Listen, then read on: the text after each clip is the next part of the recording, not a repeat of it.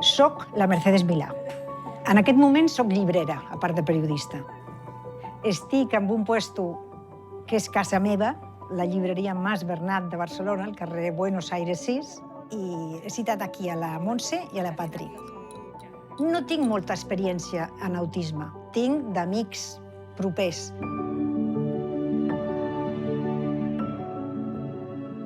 Em dic Montse Bizarro, tinc 29 anys. Vaig estudiar Periodisme i Humanitats a la Pompeu Fabra i després un màster de creació literària. I ara estic acabant d'escriure un llibre perquè em vull presentar a un concurs.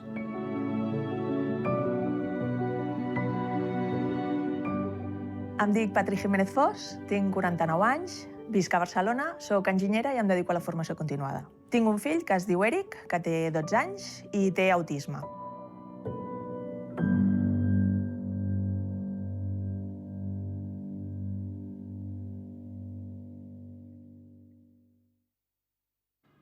Bona nit, benvinguts, benvingudes.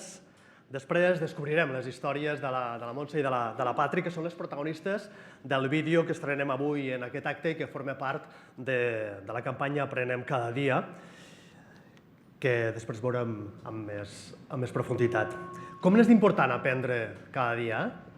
I per això, per curiositat, quan parlàvem del terme de l'aprenentatge, d'aprendre, he buscat al diccionari el que significava aprenentatge i almenys en el diccionari de l'Institut d'Estudis Catalans diu textualment aprenentatge, : acció d'aprendre, procés pel qual un individu o una col·lectivitat adquireixen trets o pautes culturals com el llenguatge, els prejudicis, les normes, les creences i les regles de conducta. I quan he llegit això he pensat, ostres, com n'és d'important aprendre, però com n'és d'important també desaprendre moltes coses. Especialment si parlem dels prejudicis, que ho deia el diccionari, o les creences que comporten desigualtats o injustícies o discriminacions. Desaprendre això per després posar els fonaments d'uns aprenentatges que ens siguin útils per tothom, que ens serveixin per construir una societat més inclusiva. I jo estic convençut, estic segur que avui desaprendrem i aprendrem moltíssimes coses, escoltant les persones que participaran en aquest acte. L'objectiu és trencar mites i estereotips, reclamar una nova mirada sobre la condició autista. De fet, els actes organitzats aquest any amb motiu del Dia Mundial de Conscienciació sobre l'Autisme proposen un abordatge nou sobre la neurodivergència. El que dèiem abans, desaprendre primer per aprendre després. Desaprendre per deixar enrere un model que parla de trastorns només i que aborda l'autisme només des del vessant clínic, des del vessant terapèutic, i que aborda només aquest punt de vista. I després, un cop tinguem desaprès això, aprendre que en aquest món que és quadriculat, que ens vol a tots iguals, que és poc amable, doncs necessitem canviar moltíssimes coses a través de polítiques socials que siguin justes perquè després puguem construir un model social que sigui més respectuós amb totes les persones, amb les persones neurodivergents, però en definitiva, si és un model més amable, si és una societat més amable per a les persones neurodivergents o per a les persones diferents, segur que és un model més amable i millor per a tothom. Jo no em vull estendre més perquè segurament dels que som aquí soc el que en sap menys d'això, però l'únic que faré ara és donar gràcies i després donaré la veu a persones que en saben més que jo. Deixeu-me, per tant, donar les gràcies a totes les persones que ens acompanyeu avui, a totes les persones que des de la generositat fan possibles els actes que s'han organitzat aquest any. Gràcies a Aprenem Autisme, a les persones autistes, a les seves famílies, als voluntaris i voluntàries, a l'equip professional per aixecar la veu i per visibilitzar l'autisme. També gràcies als agents culturals, esportius i de lleure per oferir un ampli ventall d'activitats que són les que s'han programat aquest any, activitats solidàries, participatives, gràcies a les institucions i entitats que il·luminen cada any els seus edificis de blau, gràcies a les federacions i entitats de l'autisme i gràcies també a l'Ajuntament de Barcelona pel seu suport incondicional. Gràcies també a les empreses que fan aportacions econòmiques i que sumen les seves forces i la seva il·lusió per demostrar que en la diversitat està la riquesa. I també donem les gràcies especialment a Casa Batlló, que ens torna a acollir en aquesta joia del modernisme, obra d'Antoni Gaudí, que és Patrimoni Mundial de la UNESCO i que és símbol de la ciutat de Barcelona. Casa Batlló, a més, té un compromís especial amb l'autisme, molts ho sabeu, perquè compta amb un equip de més de 50 persones que són les que atenen, són persones neurodivergents, que atenen cada dia el milió de visitants que al llarg de l'any passen per aquest edifici i fan gaudir a tots aquests visitants que ens venen de fora de l'experiència cultural que representa passejar-se per aquest edifici. Per això és un plaer que avui ens doni la benvinguda en nom de Casa Batlló, Anna Acosta. Endavant.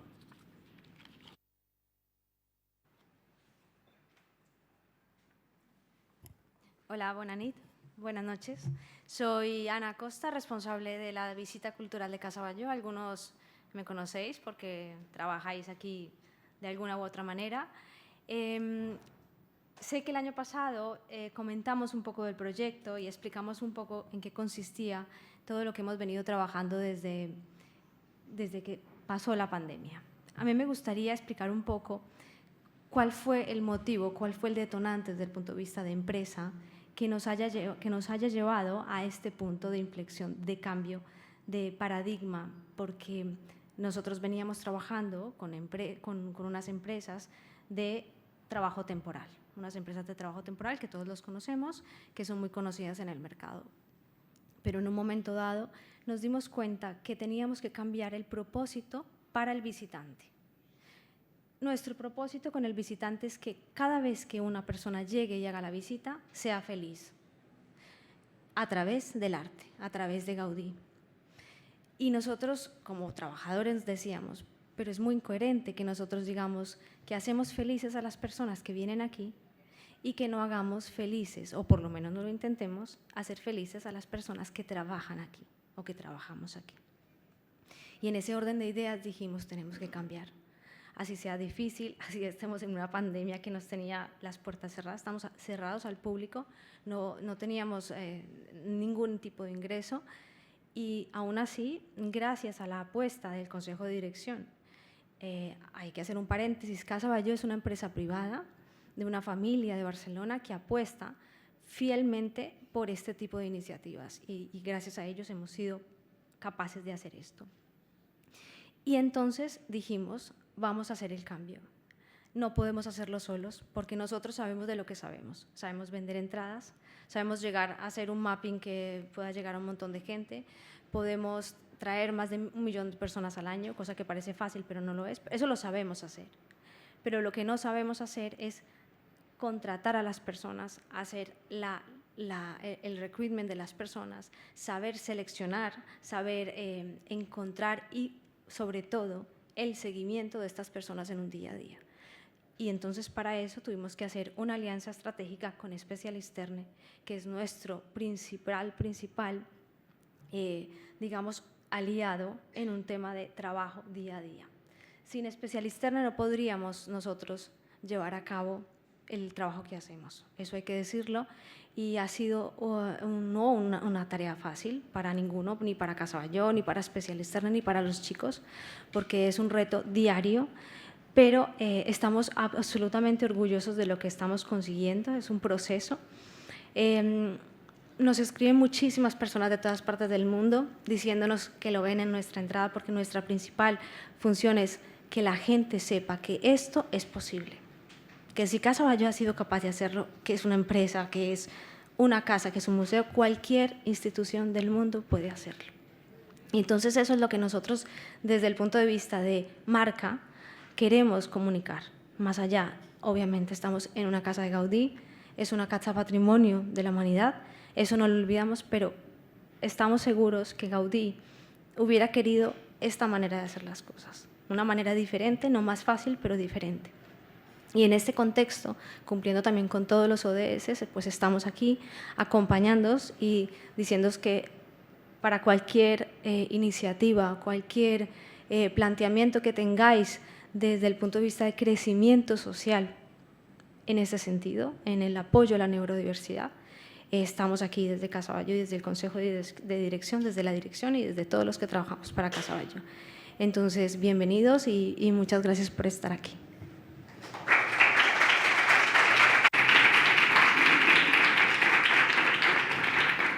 Moltes gràcies, Anna. Tot seguit intervé en aquest acte Neus Pallerol, presidenta de la Federació Catalana d'Autisme.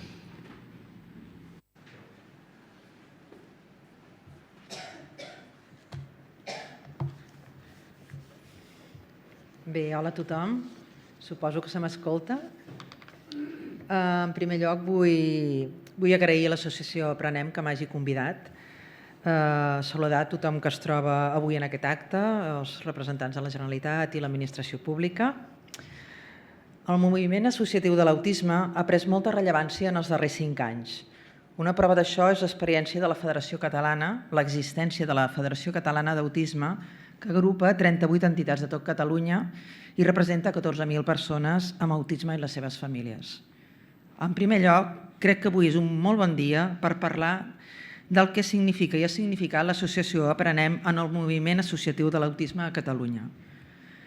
Si parlem de quan va començar aquest moviment, hem de parlar de l'associació Aprenem, que es va constituir l'any 2006, ara ja fa 17 anys, fa molts anys, ha passat el temps molt ràpid. En aquell moment no hi havia cap associació de familiars de persones autistes. Crec que potser algunes persones ho desconeixen, però tinc l'honor d'haver estat sòcia fundadora de l'associació Aprenem i primera presidenta, i haver estat vinculada a aquesta entitat fins l'any 2015. Guardo molts records d'aquella etapa, i molt bons. Aprenem forma part de la federació i fa temps que té la seva seu a Barcelona. Va ser la primera i en el seu moment única entitat en defensar els drets de les persones amb autisme. Una tasca que continua ara amb molta motivació i amb tota la força, com podeu veure avui aquí.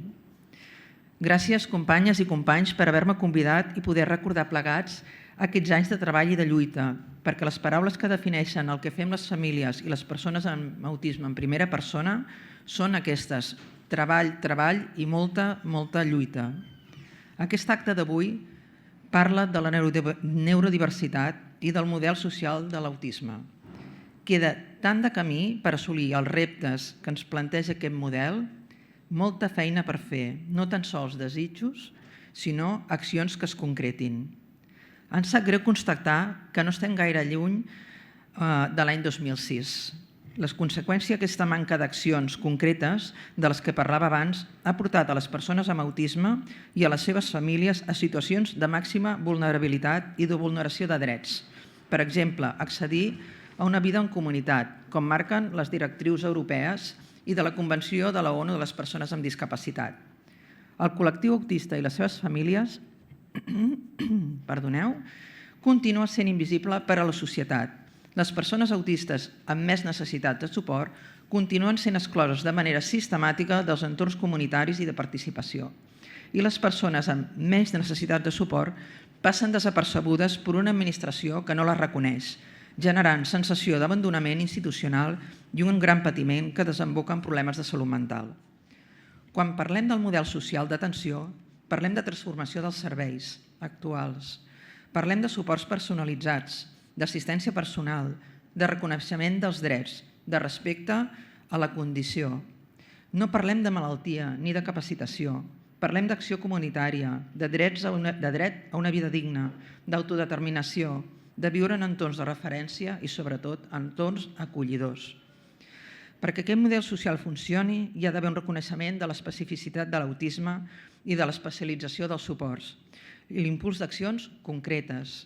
Necessitem la complicitat de l'administració pública i el reconeixement de la tasca de les entitats que amb gran esforç estan oferint els serveis i suports necessaris cobrint les mancances de l'administració en l'atenció d'un col·lectiu que, com sabeu, té una prevalença altíssima.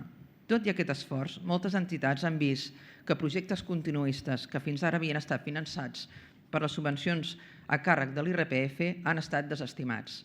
La federació mateixa, o les entitats de la federació, han deixat d'ingressar 120.000 euros per atenció a les famílies a comparació a l'any 2021.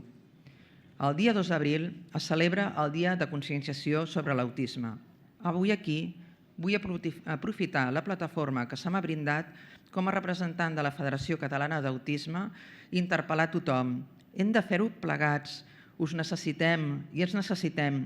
Transformem plegats i de debò aquesta societat i donem cabuda a tothom. Està a les vostres mans. Moltes gràcies.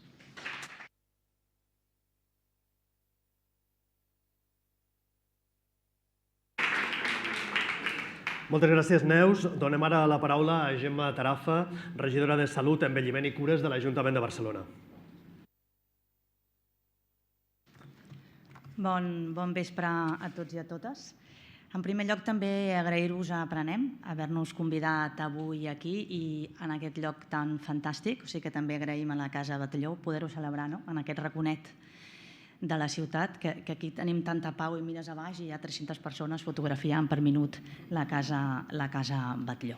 Per tant, vull començar amb aquest agraïment. Avui en aquest acte, que avui no és el dia, com tots sabeu, mundial de la conscienciació de l'autisme, que és el dia 2 d'abril, però avui ens trobem en aquest espai de trobada o reflexió per poder parlar des d'aquesta mirada que aquest any dèieu de la neurodiversitat. Jo crec que és bonic i interessant i important trobar moments com aquests, també per poder-nos parar, poder mirar d'on venim i mirar cap on anem i tot el que ens manca encara endavant. Que s'han fet coses, evidentment, però molt insuficients per la situació que tenim a la nostra ciutat i al nostre país.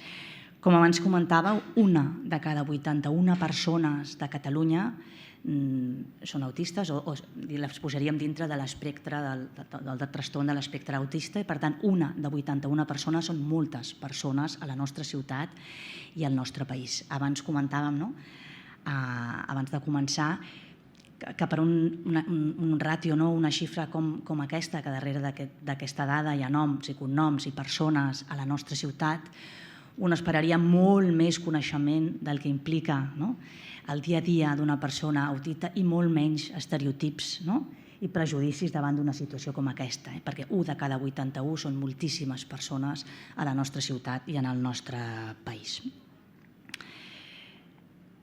Abans ho dèieu i crec que ho hem de poder seguir dient també, cal molta feina a fer des de la societat, però sobretot les administracions hem de prendre més consciència i seguir apretant per acompanyar molt millor la vida de les persones autistes. Si volem una ciutat cuidadora, respectuosa, inclusiva, amable i vivible per les persones, també la volem per les persones autistes. I per tant, jo crec que això, en dies com avui, també ens ho hem de dir tots plegats i crec que abans ho comentava la Neus a la seva intervenció. Jo soc d'aquests que pensa que no hem de ser autocofoistes i, per tant, ho dic clarament, crec que hi ha marge per fer moltíssimes més coses plegades. Aquí sumem tots i totes i, per tant, des de l'Ajuntament, la Generalitat, l'Estat i la societat civil en general, però també s'han avançat algunes qüestions. No tant com hauríem desitjat poder, però s'han avançat algunes qüestions, potser compartir-ne algunes amb vosaltres. Abans comentava una que és un detall, el poder també sumar-nos a visibilitzar l'autisme amb la sumada que farem de la il·luminació de la façana de l'Ajuntament. També abans comentàvem, a Barcelona vàrem fer l'any 2016 el primer pla de salut mental, on no s'havien inclòs moltes mesures per acompanyar les persones amb autisme o visibilitzar aquesta realitat a la nostra ciutat. En aquest segon pla de salut mental que vàrem presentar ara fa unes setmanes sí s'han inclòs mesures que hem treballat amb alguns de vosaltres i que continuarem treballant amb alguns de vosaltres per aterrar i acompanyar molt millor el dia a dia d'aquelles persones que tenen autisme. Per tant, això crec que és important que també ho puguem continuar treballant plegades. Barcelona té un centre, el Barcelona Cuida, que és un centre que tenim a Viladomat 127, que és un centre de referència per a aquelles persones que tenen cura d'algú, aquelles 355.000 veïns i veïnes de la ciutat que tenen cura d'algú, poden anar allà a tenir un acompanyament jurídic, laboral i emocional. L'altre dia parlàvem amb les companyes de Prenem, que formen part de la xarxa de les famílies cuidadores, que també tinguem aquesta mirada present en aquest centre i, per tant, ja hem treballat en aquesta línia. Nosaltres vàrem activar una tarja amb 14 prestacions per a aquelles persones que tenen cura d'algú, no només persones grans o persones amb alguna discapacitat, sinó que també persones que cuiden algú amb autisme que requereix una cura intensa en els casos que ho requereixi. I, per tant, aquí també treballarem plegades per anar adquirint més prestacions i més acompanyament també per les persones amb autisme a la nostra ciutat. O per posar-vos un altre exemple, l'atenció del servei d'atenció domiciliària és una demanda històrica que també fèieu, que hi haguessin també perfils de persones que coneguessin el dia a dia les persones autistes per poder acompanyar aquells infants, adolescents o adults que ho requerissin també amb el servei d'atenció domiciliària. Es van incorporar 2 perfils, evidentment aquí hi ha marge de millora per incorporar-ne d'altres o anar formant aquests perfils perquè si no estan formats és difícil que puguin donar un cop de mà amb aquesta mirada. I, per tant, això són algunes de les qüestions que estem treballant com a ciutat plegades, però els reptes per caminar cap a una ciutat realment inclusiva i realment diversa, en aquest lema d'aquest any de la neurodiversitat, falta molt camí per recórrer i, com abans dèieu, l'hem de recórrer plegats. 2 i 2 no han de ser 4, 2 i 2 han de ser 6, 7 o 8 i, per tant, aquí estem des de l'Ajuntament de Barcelona per entomar la part de responsabilitat que ens toca i per continuar construint una ciutat molt més diversa de veritat. O sigui que moltíssimes gràcies per convidar-nos i felicitats per l'acte d'avui i pel 2 d'abril i que ens anirem veient a tots els espais que sé que feu un munt de celebracions aquí i a fora d'aquí o jo diria jornades de celebració però sobretot jornades de reivindicació, que és al final el que necessitem. Moltíssimes gràcies.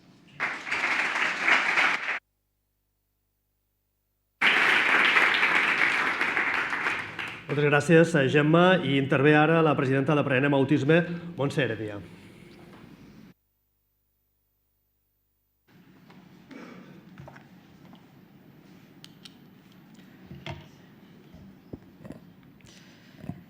Benvinguts tots i totes a l'acte institucional d'Aprenem Autisme.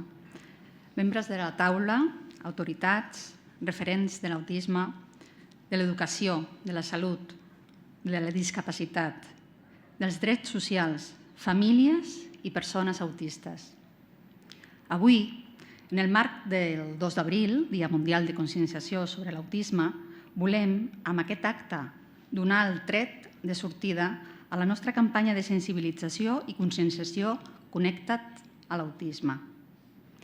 Avui volem escoltar de primera mà les experiències de les mateixes persones amb autisme i de les seves famílies, així com reivindicar, com han dit, quina és la nostra realitat, les nostres necessitats i quins són els recursos i els suports que necessitem com a col·lectiu per a millorar la nostra qualitat de vida, tot exercint, evidentment, de forma efectiva els nostres drets. Aquest any hem volgut posar èmfasi en la importància de la neurodiversitat i la necessitat d'avançar cap a un model social de l'autisme, tal com ens demanen les persones autistes i les seves famílies. Això ja ho estem veient en altres col·lectius, que ha avançat en la implementació de models de qualitat de vida orientats a promoure el desenvolupament personal, l'autodeterminació i la vida independent, així com un canvi de mirada de les persones amb discapacitat, amb majúscules, on els suports apareixen com l'engranatge entre l'entorn i les capacitats d'una persona. Malauradament, avui dia, l'autisme encara es continua abordant des d'una perspectiva genètica, biològica i clínica, en tractaments o intervencions orientades a disminuir els efectes que aquesta condició produeix en les persones. Per poder avançar en l'exercici dels drets de les persones autistes, és necessari entendre què és el que està passant des d'una perspectiva social i neurodiversa. Una de les millors formes d'abordar l'autisme. El model social al que ens referim parteix que les persones, abans de res, tenen drets i és l'entorn, precisament, qui els vulnera per la seva diversitat a través de barreres com són els prejudicis, els mites i els estereotips. Especialment, aquests mites i estereotips afecten persones autistes amb moltes necessitats de suport, perquè encara hi ha autèntiques barreres per accedir als diferents entorns en els quals participen. En moltes ocasions, per la falta de coneixement, d'innovació i creativitat pel que fa als suports que que les acompanyen.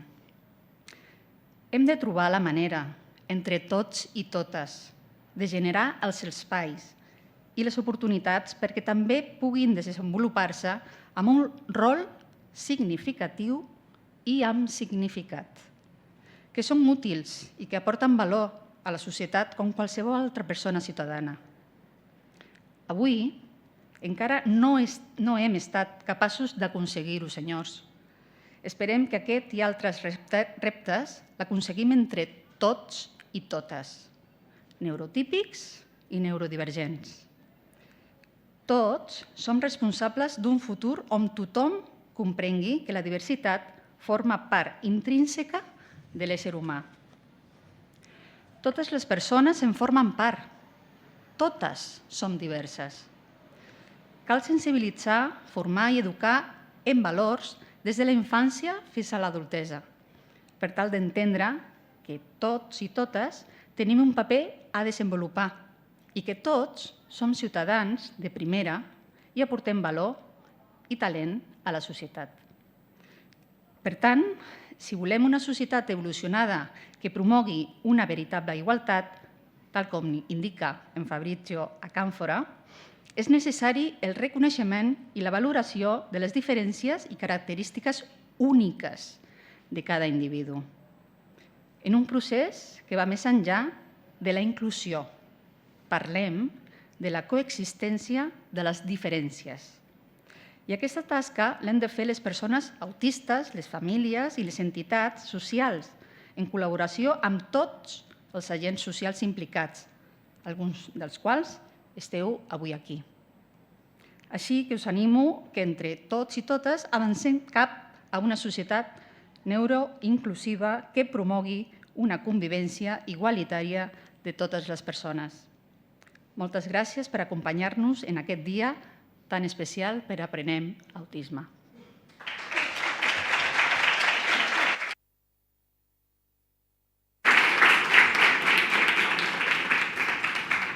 Moltes gràcies, Montse.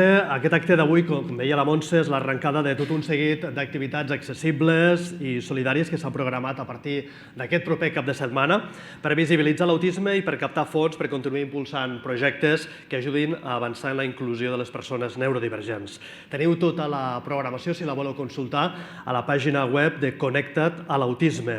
Però com a novetat, només un apunt, un tastet, us destaco que l'últim acte d'aquesta campanya, d'aquest any, és una festa familiar el diumenge 14 de maig al Parc de l'Estació del Nord de Barcelona. Bé, hem arrencat aquest acte amb un vídeo que coneixíem, però de forma allò molt ràpida, a la Patri i a la Montse. Coneixem-les millor. Som-hi.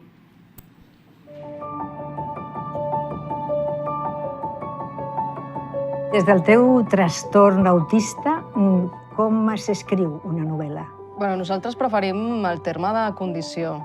És millor condició o neurodivergència. Però ser diferent o ser divergent no té aquesta connotació mèdica negativa que té trastorn, no té malaltia. Esteu plorant tot el dia? Físicament, és a dir, de manera pràctica, plorem bastant. Si et refereixes a reclamar drets, sí, perquè reclamar drets és una qüestió de justícia. I el teu fill, que ja té 12 anys, ell entén perfectament el que fa la seva mare? No ho sé si ho entén. No? No ho sé si ho entén. Jo estic completament segura que el futur serà millor, seguríssima, perquè és que estan carregades de raó.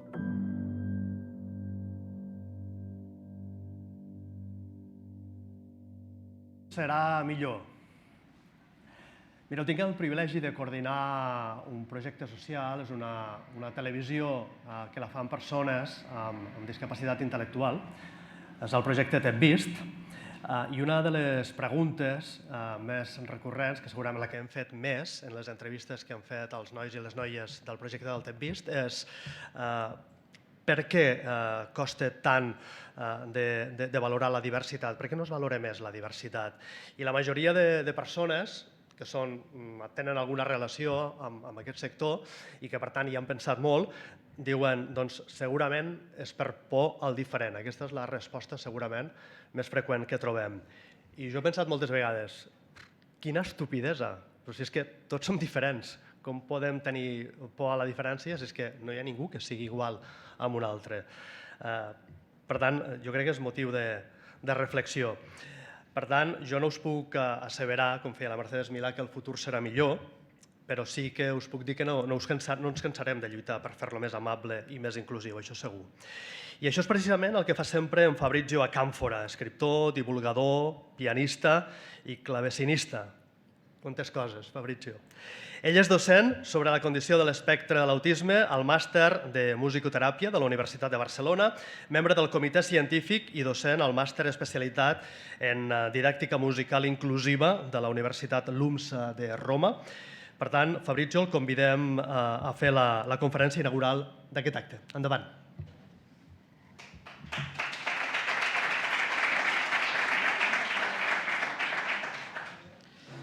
Bueno, buenas tardes. Gracias. Buenas tardes a todas, a todos, a los representantes, a las personas autistas, a las familias, a los especialistas, a las asociaciones, a las empresas, hay muchas, ¿no? A las instituciones. A Casa Batlló, gracias, y a Prenem, claramente, por la invitación. A ver, yo ahora me encuentro un poco así, porque lo han dicho todo, y también antes, que no sé, que tenía preparado, no, bueno. Lo que quería hacer es empezar por el título de esta tarde, ¿no? Que es Neurodiversidad avanzando hacia un modelo social del autismo. Y me encanta este título, porque en realidad resume en pocas palabras, especialmente, ¿no?, la palabra neurodiversidad y modelo social, algo fundamental, que es la necesidad de un cambio de mirada, lo hemos escuchado antes, ¿no?, hacia el autismo. En el título se habla justamente de neurodiversidad. Vamos a empezar por ahí, porque ¿qué es la neurodiversidad, ¿no? Es una palabra que está cada vez más presente, ¿no?, en nuestros discursos, pero a menudo se entiende un poco mal. Y el problema es que cuando se interpreta mal, puede perder su poder, que es político, es identitario, es muy fuerte, ¿no? Es importante darle el peso adecuado a las palabras. Yo creo que es fundamental cuidar el lenguaje con el que expresamos y creamos también nuestro mundo. Y lo siento, es que no sé qué es, pero la voz. El lenguaje es un acto concreto, ¿no? Pensamos muchas veces que sea algo abstracto, pero en realidad el lenguaje nos ayuda a formar nuestro pensamiento, nuestra realidad. Por eso, antes de hablar de neurodiversidad, yo creo que es importante, gracias, aclarar el concepto mismo de diversidad, porque lo hemos escuchado bastante, ¿no? De hecho, a menudo nosotros interpretamos la palabra diversidad como un término comparativo, diverso, ¿no?, diferente de lo normal, pero no es así. En realidad, el significado de la palabra diversidad se puede entender mejor si nosotros tomamos como ejemplo otra palabra, que es biodiversidad, ¿no?, que no significa bio diferente de otra cosa, ¿no? Es una palabra que es, en la definición de la Convención de las Naciones Unidas, se describe como la variabilidad de organismos, entre organismos vivos de todos los orígenes, y sobre todo, esto es muy importante la frase, incluye la diversidad dentro de una misma especie, dentro de nuestra especie, ¿no? Diversidad, por tanto, es sinónimo de variedad, no de anormalidad. Y esta variedad es el elemento que caracteriza todo el mundo natural. Lo siento, ¿eh? Las diferencias son la cosa más natural del mundo, ¿no? Sabemos todo. Sin embargo, cuando nosotros nos encontramos con algo diferente, a menudo, ¿no?, lo interpretamos de manera negativa, ¿no? Tenemos a veces miedo, otras veces nos molesta lo que no acabamos de entender, ¿no? El error, que es un error, proviene, yo creo, a partir de un momento, ¿no? Es que nosotros, desde un momento muy claro de nuestra evolución cultural, hemos empezado a pensar en términos de normalidad. Lo hemos escuchado antes, ¿no? Normal, no normal. Todas y todas usamos el adjetivo normal a diario, ¿no? Atribuimos un valor a objetos, a personas, a comportamientos. Los hacemos caer en esta categoría de la normalidad o fuera, en una zona un poquito gris, indefinida, ¿no?, que es la anormalidad. Y lo hacemos sin pensar en ello, suponiendo que estas sean categorías reales, ¿no? Sin embargo, la palabra normal no siempre ha tenido el significado que conocemos hoy y que utilizamos tanto. Hasta mediados del siglo XIX, cuando fue un astrónomo, un estadístico, que se le ocurrió por primera vez utilizar la estadística para medir lo que se consideraba no medible, ¿no? ¿Se puede decir inconmensurable en español? No sé. Lo que no se podía medir, ¿no? El ser humano, es ahí donde empezó todo. Este personaje, Adolphe Quetelet, empezó a aplicar la estadística, ¿no? Para medir el ser humano, la sociedad. Es el que inventó la idea de hombre medio, ¿no? Antes, normal significaba perpendicular, se utilizaba en la geometría. Hoy, pero, ¿no? El adjetivo normal indica todo lo que es habitual, lo que es ordinario, regular, también con referencia a condiciones, ¿no? Funciones físicas, neurológicas y a comportamientos. La importancia de esta aclaración yo creo que radica precisamente en que a partir de ese momento nosotros hemos empezado a atribuir un valor negativo a todas aquellas características humanas que no se encuadran en un promedio, que es artificial, ¿no? Es cierto que la exclusión de las personas que percibimos como diferentes siempre ha existido en la historia, pero desde la creación de la normalidad nosotros la hemos sistematizado, la hemos institucionalizado. Y una vez entendido el verdadero significado, ¿no? De la palabra diversidad, es decir, que es variedad, ¿no? Y no anormalidad, yo creo que sea más fácil entender correctamente el concepto de neurodiversidad. En 1998, una activista autista, una socióloga australiana que se llama Judy Singer, acuñó esta palabra, ¿no? Neurodiversity, que se puede ver realmente, como hemos dicho antes, ¿no? como el concepto de biodiversidad aplicado a las características neurológicas de las personas. La biodiversidad neurológica podría ser, ¿no? Cada cerebro, cada sistema nervioso de cada persona es diferente del otro, ¿no? No existen dos iguales. Si generalizamos, sí, pero al final no, ¿no? No es, como a menudo se interpreta, un sinónimo de autismo o de cualquier otra condición del neurodesarrollo, que llamamos, como hemos escuchado, neurodivergencia. ¿Por qué? Porque reducir la idea de neurodiversidad a una categoría clínica es ir exactamente al opuesto de lo que realmente es. Es un concepto político y social, ¿no? Es, en las palabras de su creadora, una herramienta más en la lucha contra la discriminación, que nos permite entender la que es la interseccionalidad de las identidades, ¿no? Se sobreponen todas las identidades y, por tanto, también la exclusión a la que algunas de estas identidades se enfrentan en nuestra sociedad. La idea de neurodiversidad nos empuja a cambiar mirada también hacia condiciones como el autismo, la dislexia, el síndrome de Tourette, no, las neurodivergencias. ¿Por qué? Porque las enmarca como posibles variaciones en la organización neurológica de nuestra especie. Lo que quiere conseguir, pues, es dignificar estas diferencias, eliminar el estigma social, ¿no? Que aún las acompaña y ayudarnos a suspender el juicio frente a aquellas conductas, características que a veces no somos capaces de entender, ¿no? O que no compartimos simplemente. He repetido varias veces, lo siento, no es mi idioma, pues voy. He repetido varias veces el término neurodiversidad, ¿no? Y que tiene una función identitaria. Pero la función identitaria del lenguaje vale para cualquier categoría, ¿no? Cualquier etiqueta que creamos para definir un grupo social o una persona. El lenguaje que usamos para definir a las personas define su identidad, para bien o para mal. Y lo hace, yo creo, al menos de dos formas. Desde fuera, y aquí tenemos todos la responsabilidad, ¿no? Porque todas y todos creamos nuestras identidades también a partir de la imagen de nosotras que nos llega reflejada, ¿no? En la mirada de los demás, lo que dicen, lo que piensan de nosotros, ¿no? Cómo actúan. Pero el lenguaje también es identitario y define las identidades desde dentro. Es un acto reivindicativo. Hemos oído hablar, ¿no? De personas autistas, ¿no? Es una reivindicación comparado con personas con autismo. Es otra, ¿no? Reivindicación identitaria.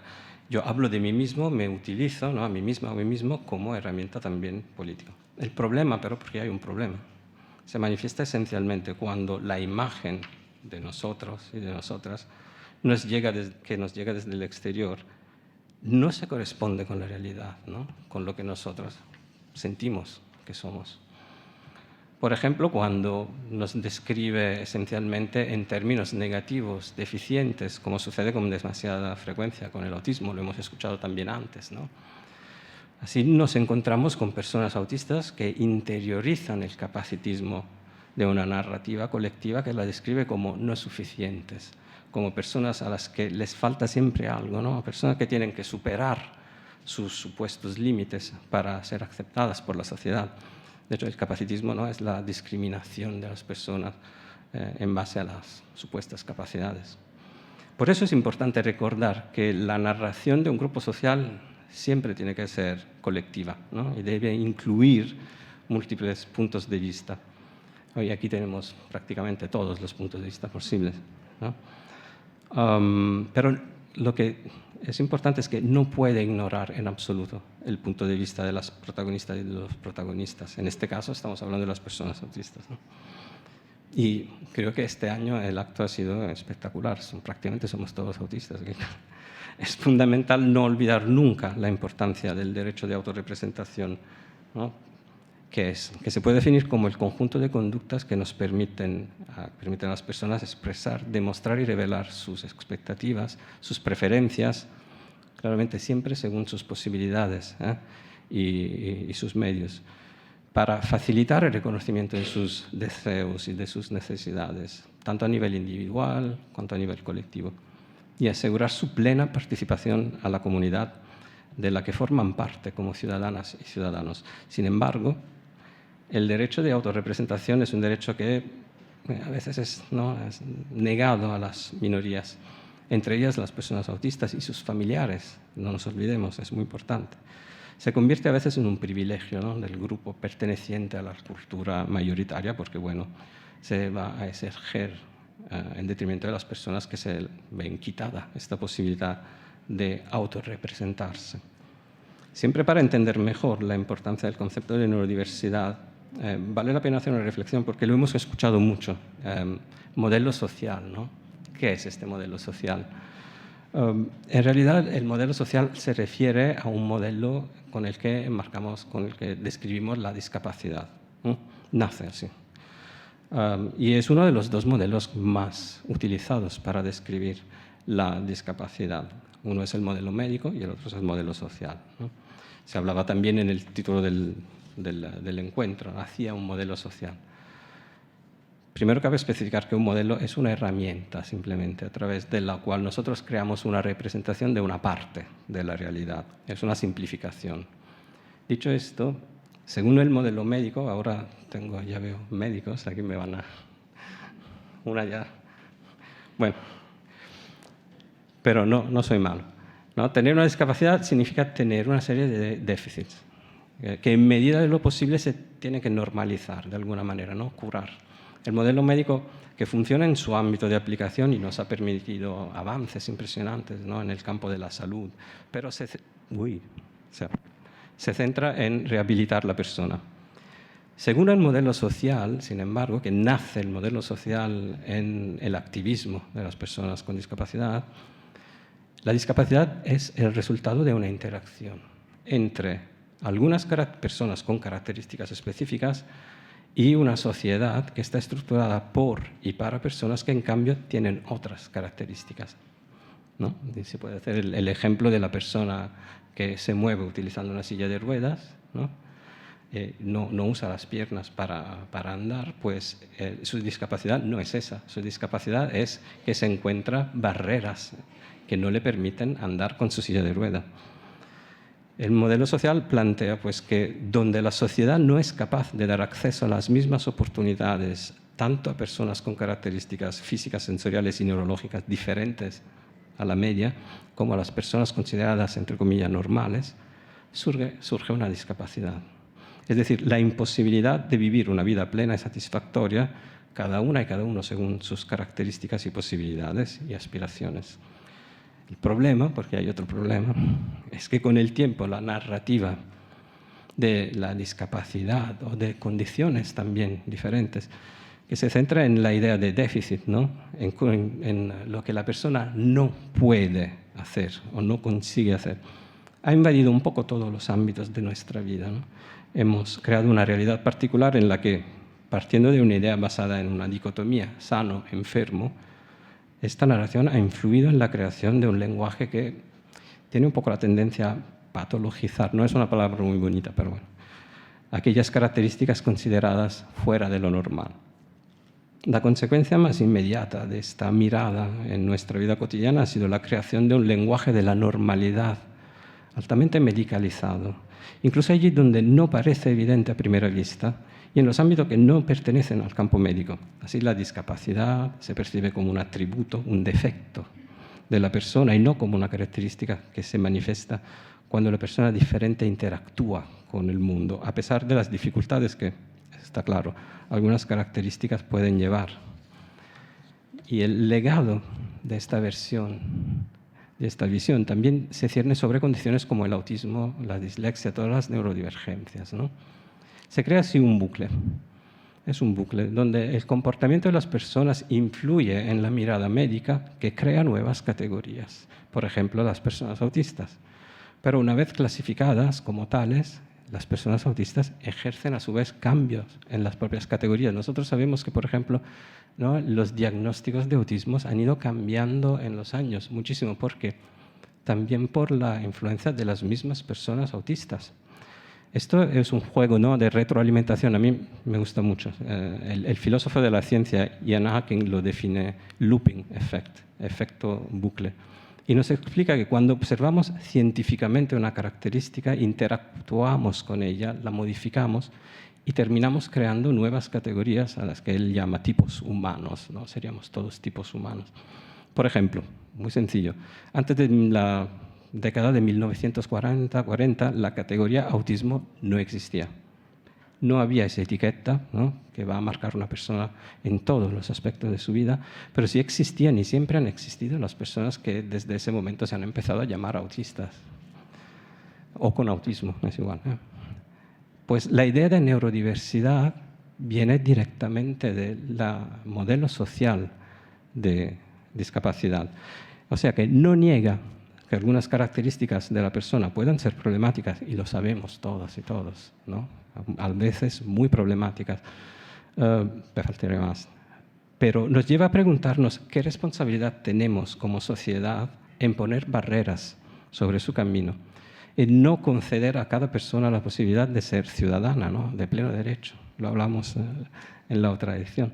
De tener la misma oportunidad de intentar realizar sus aspiraciones. Cuidado, porque intentar, no necesariamente de lograrlo, pero todas tenemos y todos tenemos el derecho a intentarlo. En los años, la inmensa mayoría de recursos y esfuerzos para el autismo se han centrado en la persona. Ya lo hemos escuchado, lo ha dicho también Montse, ¿no?, en la investigación, en el soporte, en las terapias, y es fundamental, es súper importante, lo sabemos todo, pero nos hemos olvidado que cada persona vive sumergida en un tejido social, interactúa con el mundo, y las personas autistas nos encontramos en un mundo que está estructurado por y para personas diferentes de nosotras, las personas neurotípicas. No podemos olvidarnos de este aspecto fundamental. Necesitamos fomentar un cambio en nuestra cultura, ya voy acabando, hacia una sociedad capaz de abrazar y apoyar cada persona con sus características peculiares. Alguien dirá que tenemos que ser una sociedad más inclusiva, ¿no? Podríamos dejarlo así, estaría bien. Pero yo creo que, y esto ahí también me ha anticipado Montse, necesitamos fomentar el cambio, un cambio mucho más profundo, que tiene que llevarnos a cuestionar también y a superar la idea misma de inclusión. Y es algo que a mí siempre me va por la cabeza, esto desde hace años. El problema es que para incluir a alguien, tú antes lo tienes que excluir. Entonces, que la inclusión, tal y como la conocemos, se presenta a veces como un gesto que es bastante vertical, ¿no? Una concesión que te llega de manera bastante paternalista también, y lo digo porque lo vivo muchas veces, ¿no?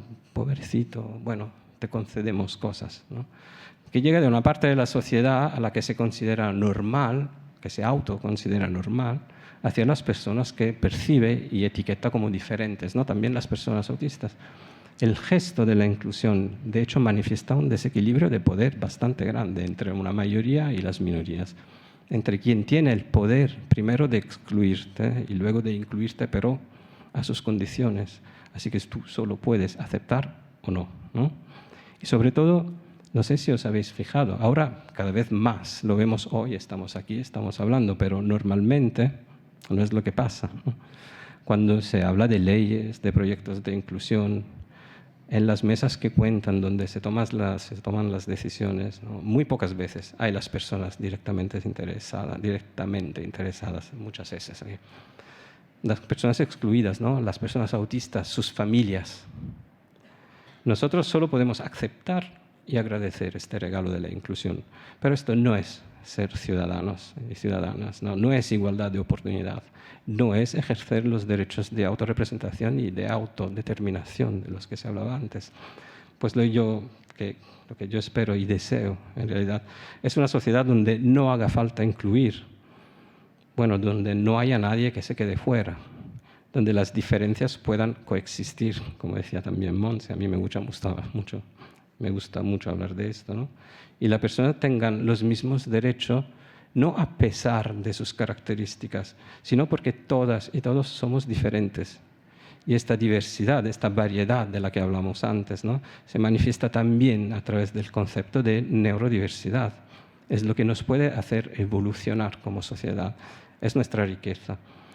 Pues acabo, y este es mi mensaje de hoy, ¿no? En ocasión del Día Mundial de la Concienciación sobre el Autismo, esta otra palabra muy difícil, para concienciación, que empecemos a pensar que cada una de nosotras y cada uno de nosotros es otro con respecto al otro, que todas y todos somos responsables de las barreras que impiden a muchas personas vivir una vida plena y digna, y quizás sea el momento que nos pongamos y las eliminemos, esas barreras, para crear una sociedad más justa en la que puedan de verdad coexistir todas las diferencias en el mutuo respeto de cada persona, de sus capacidades y de sus deseos. Bueno, gracias.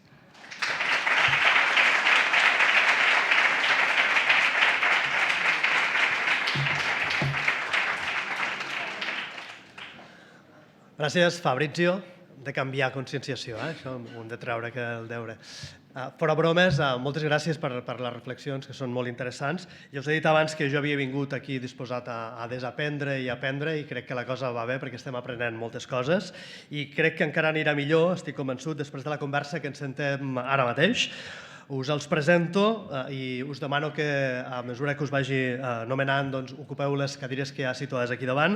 Joan López, escriptor diagnosticat dins de l'espectre ampliat de l'autisme quan tenia més de 40 anys, es defineix com infiltrat en un món normatiu i assegura que quan juga al Trivial tothom el vol tenir al seu equip. Benvingut.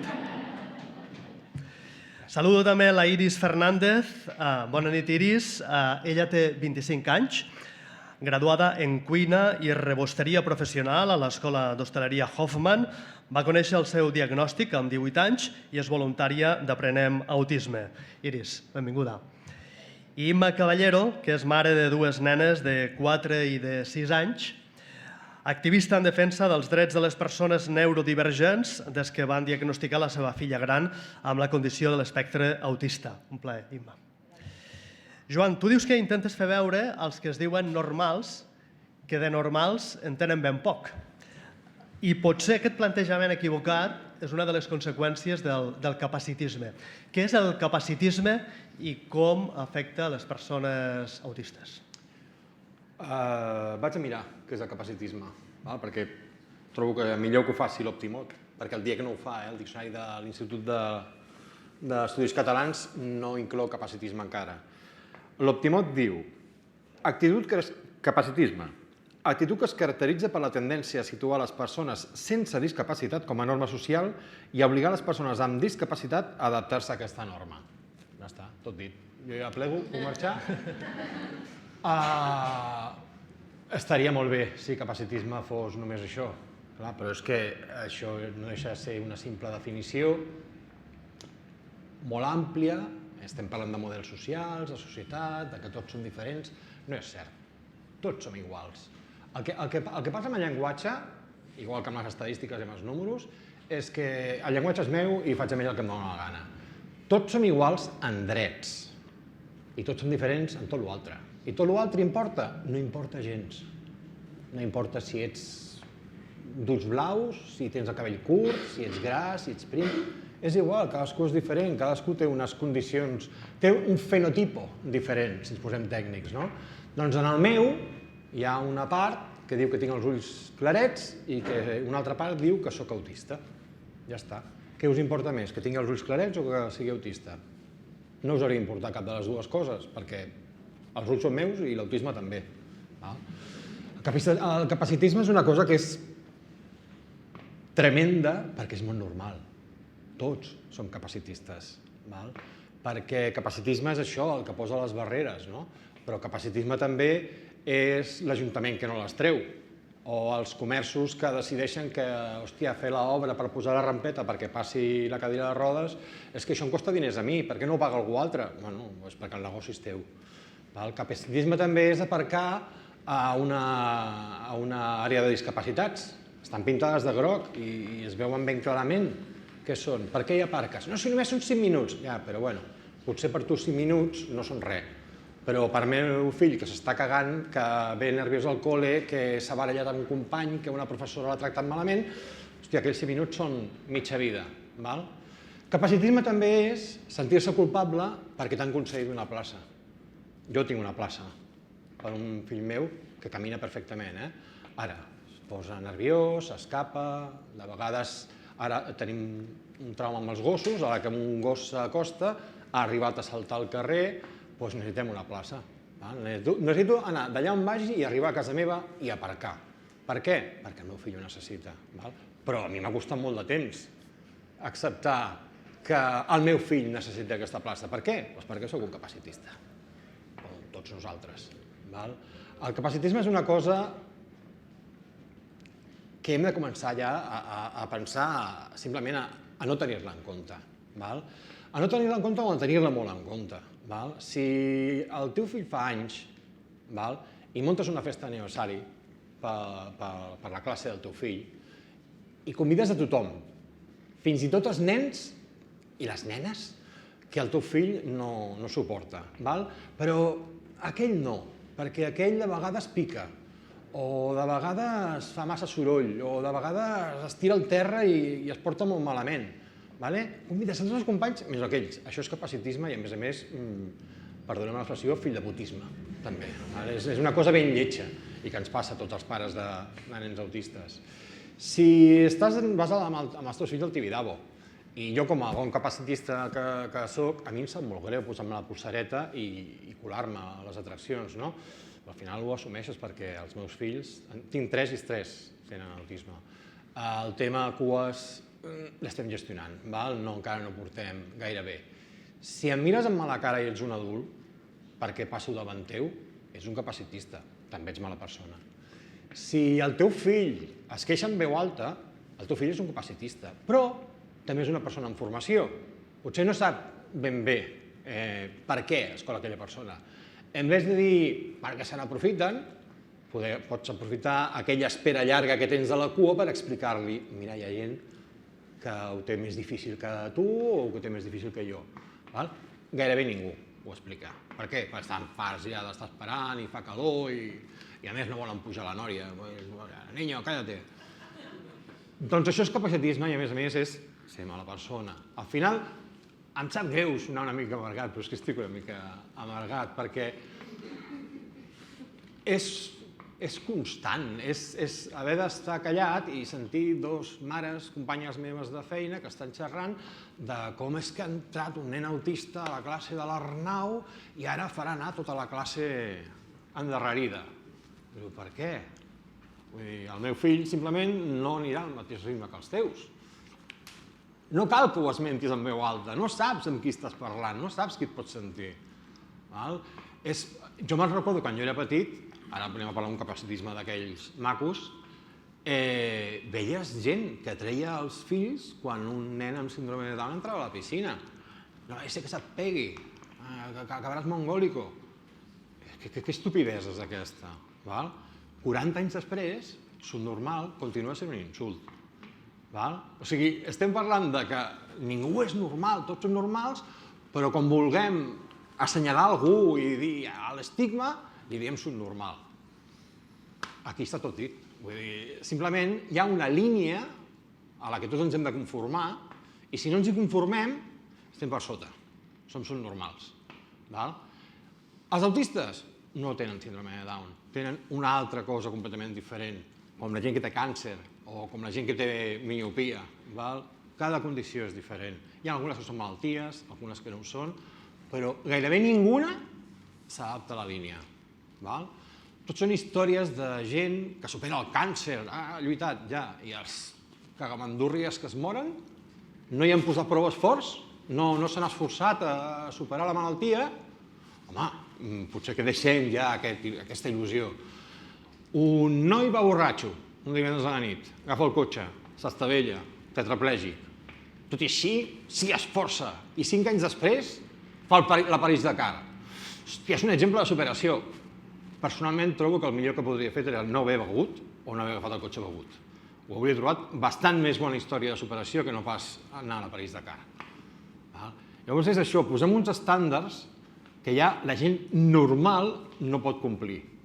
I després esperen que la gent que no ho som els complim. Si no poden ni ells mateixos complir aquests estàndards. Aquestes històries de superació. Hi ha una cosa que és molt clara sobre el capacitisme, perdoneu que m'exciti, però és que fa uns anys ja que tinc aquest discurs preparat. Com gairebé tots els ismes, menys el periodisme, perdoneu. No, el periodisme també.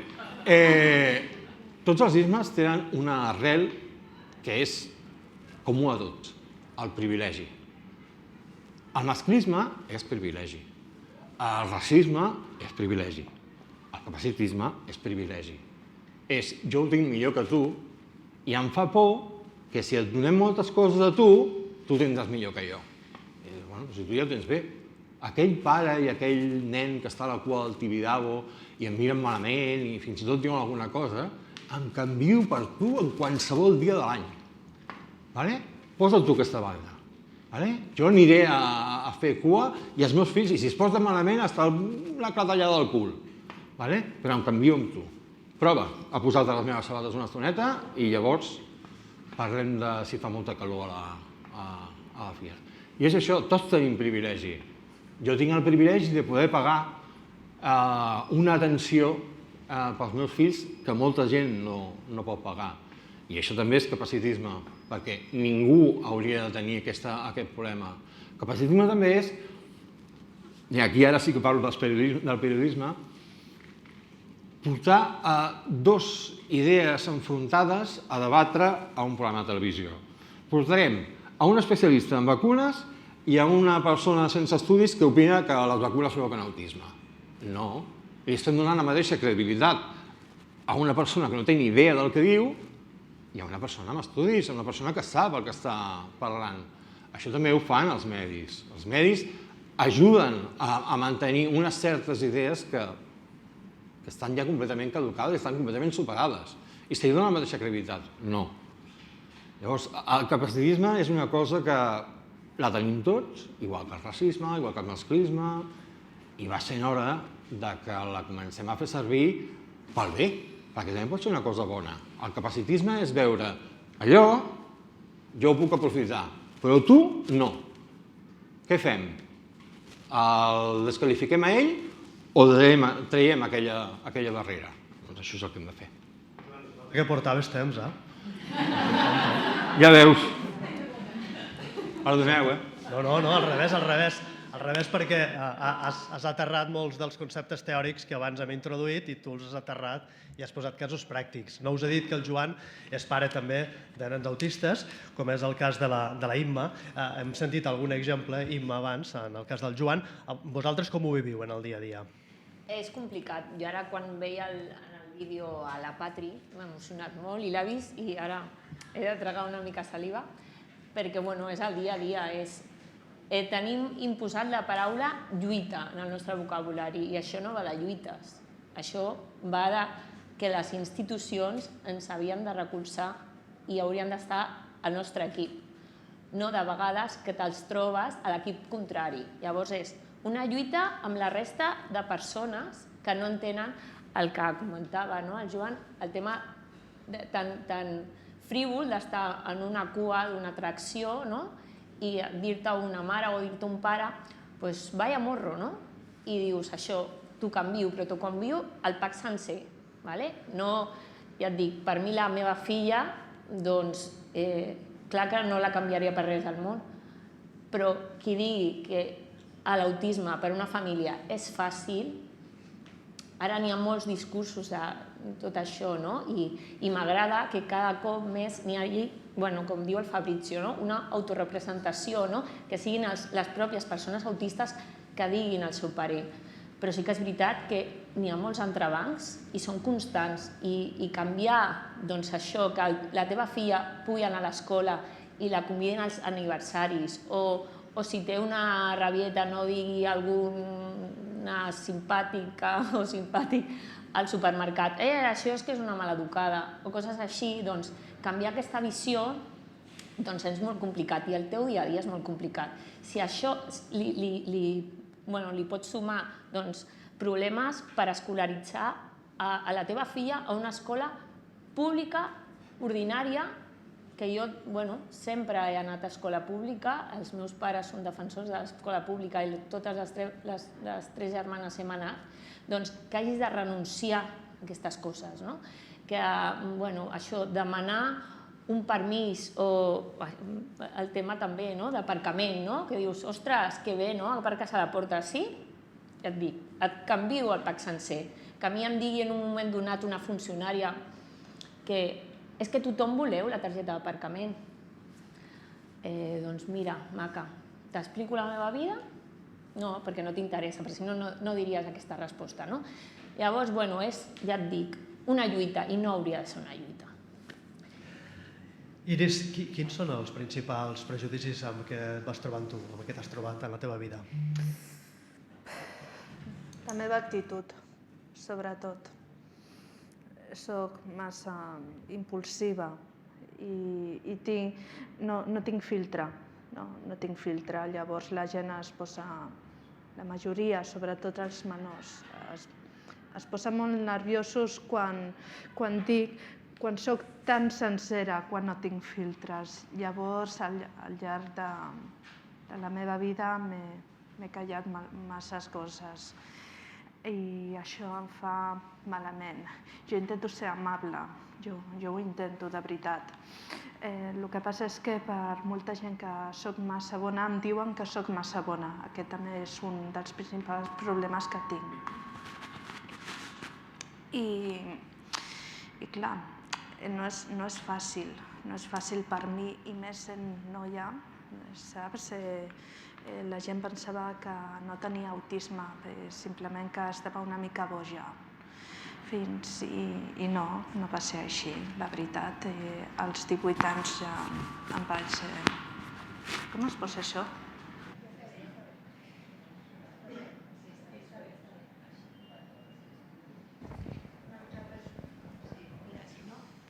Millor, merci. Un altre prejudicis que tinc, per exemple, és que soc massa llesta parlant, no?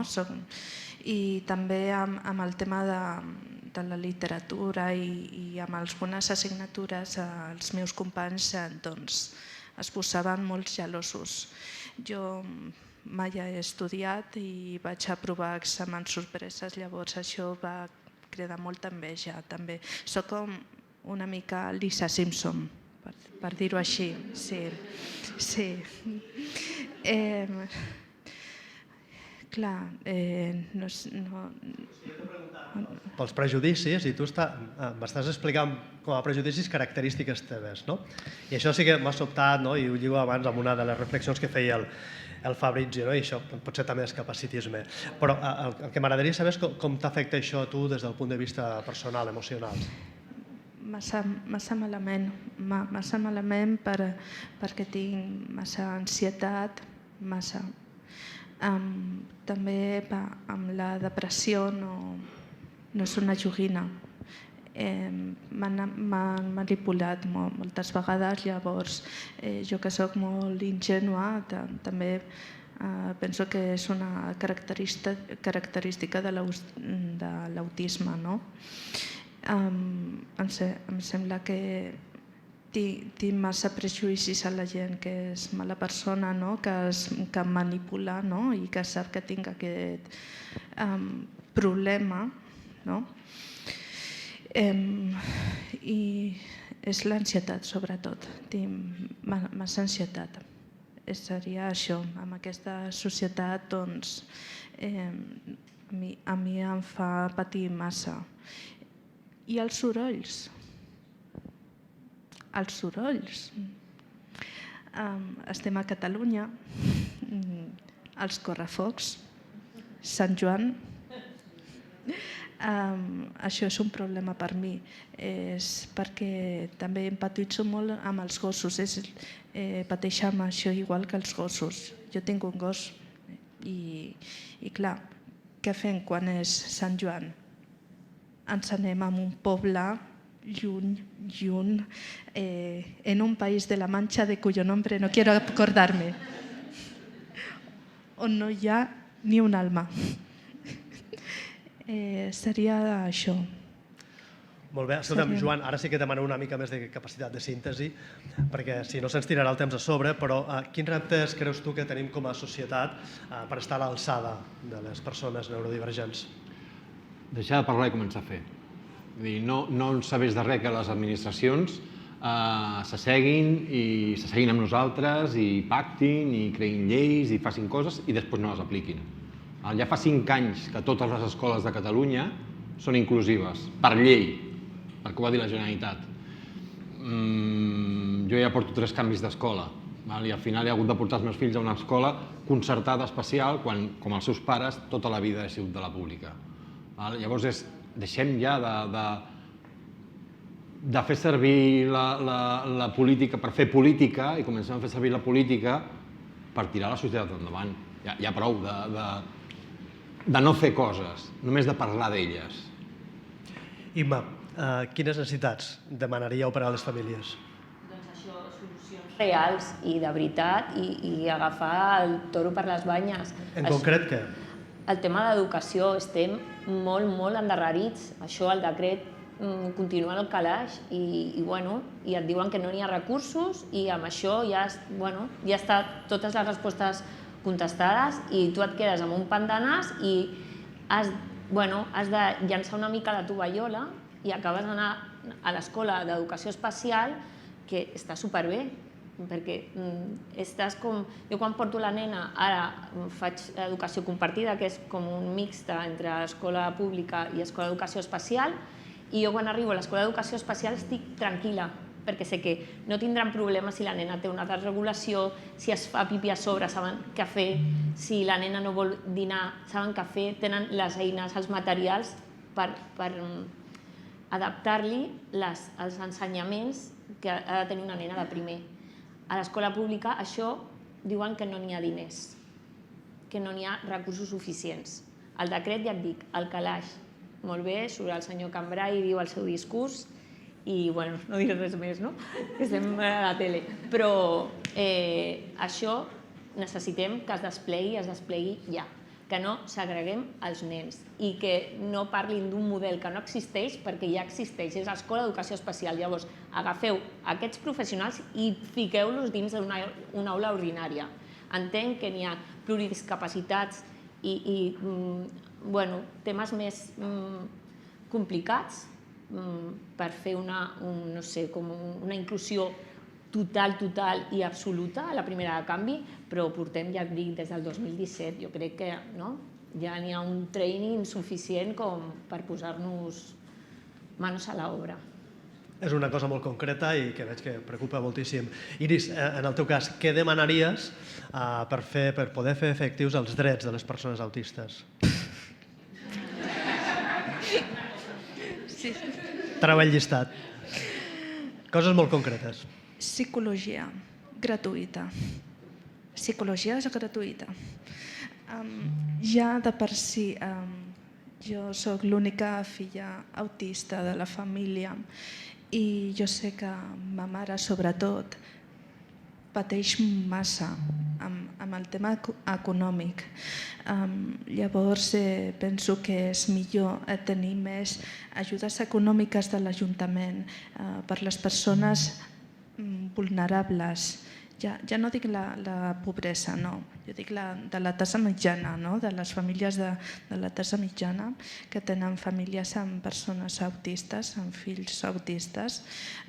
Penso que és millor tenir un psicòleg preparat, gratuït.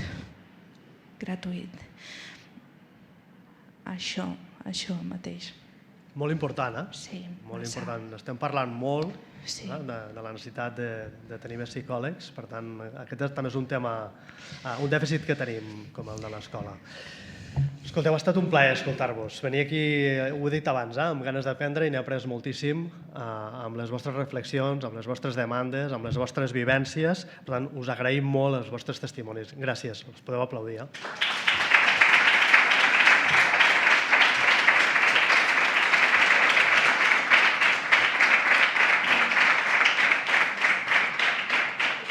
Esperem també, Imma, Iris i Joan, que els polítics n'hagin pres nota de tot el que heu dit força coses.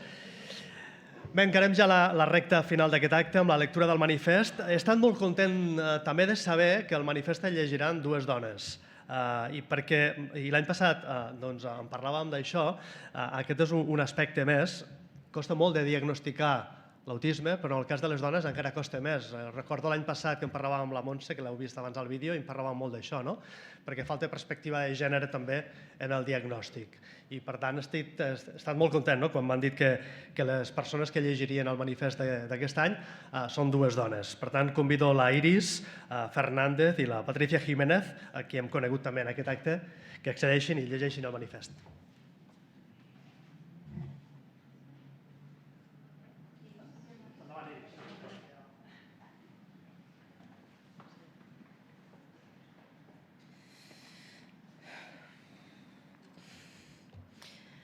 Amb motiu del dia 2 d'abril, Dia Mundial de Conscienciació sobre l'Autisme, des d'Aprenent Autisme ens sumem al missatge de reivindicació i denúncia de la Federació Catalana d'Autisme, fent una crida a tota la societat mitjançant un missatge d'esperança d'implicació.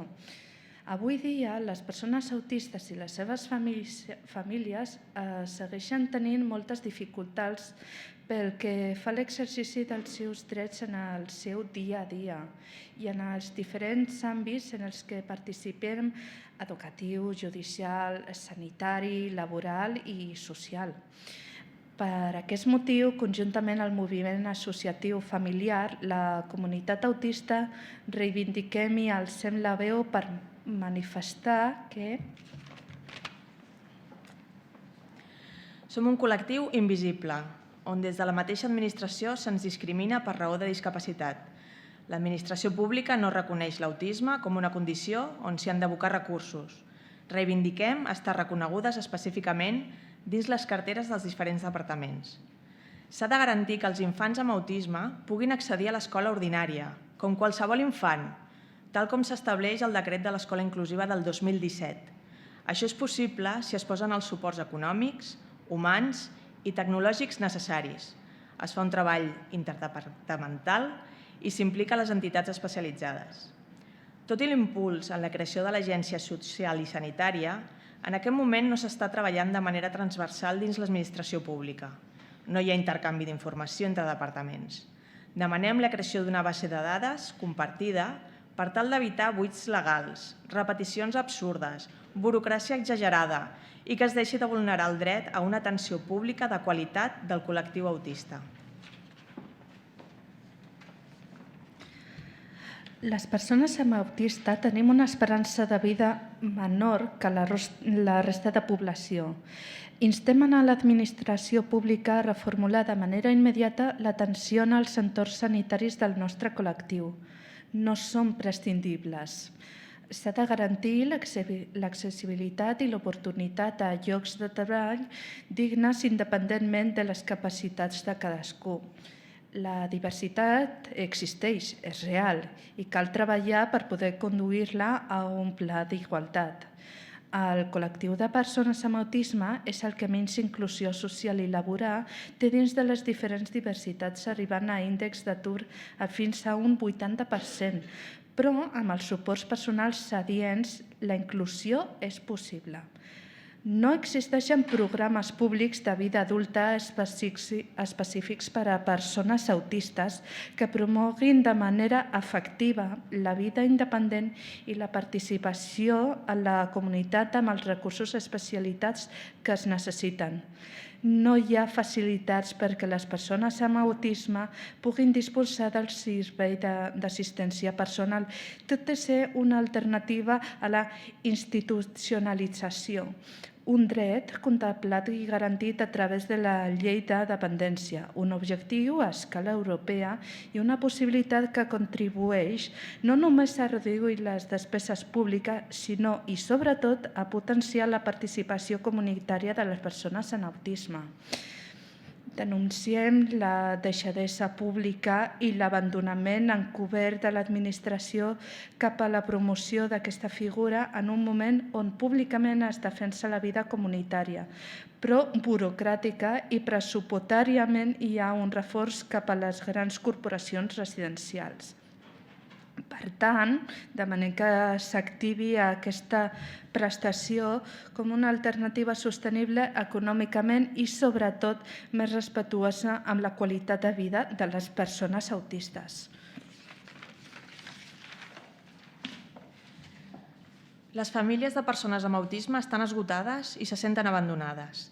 Demanem que se les dignifiqui i se les protegeixi des de l'administració, que se'ls brindin oportunitats per millorar la seva qualitat de vida i que puguin viure i gaudir dels diferents cicles vitals. Les dones, àvies, mares i germanes, són el 90% de les cuidadores. Fan grans renúncies personals i professionals i perden la seva salut. Se'ns ignora com a col·lectiu, se'ns ignora com a famílies i se'ns ignora com a entitats. Demanem finançament i un pla de suport específic d'atenció i acompanyament a les famílies i persones cuidadores, així com el reconeixement i la compensació de la tasca de cura que realitzen, tal com s'estipula a l'Estratègia Europea de les Cures que es va publicar a finals de l'any 2022. Les dones, adolescents i nenes autistes segueixen estant infradiagnosticades. Demanem igualtat en l'acompanyament, més informació, més suports, accessos i informació sobre l'autisme per evitar la doble discriminació. Les persones amb autisme no vivim dignament, no envellim dignament, no morim dignament. Tampoc ho fan les nostres famílies, ja n'hi ha prou. Demanem finançament i suport per a programes d'edat adulta comunitaris en habitatges amb suport i suport en programes d'envelliment digne. Des d'Aprenem Autisme, juntament amb la Federació Catalana d'Autisme, treballarem perquè es tracti l'autisme de forma transversal i perquè sigui una prioritat a les agendes polítiques. Continuarem treballant per crear aliances, per construir noves realitats, per sumar cada cop més col·lectius en aquesta perspectiva de participació comunitària i d'igualtat de drets, perquè el futur és cosa de totes i tots. Res no ens pararà. Doneu-nos suport. Fem-ho possible.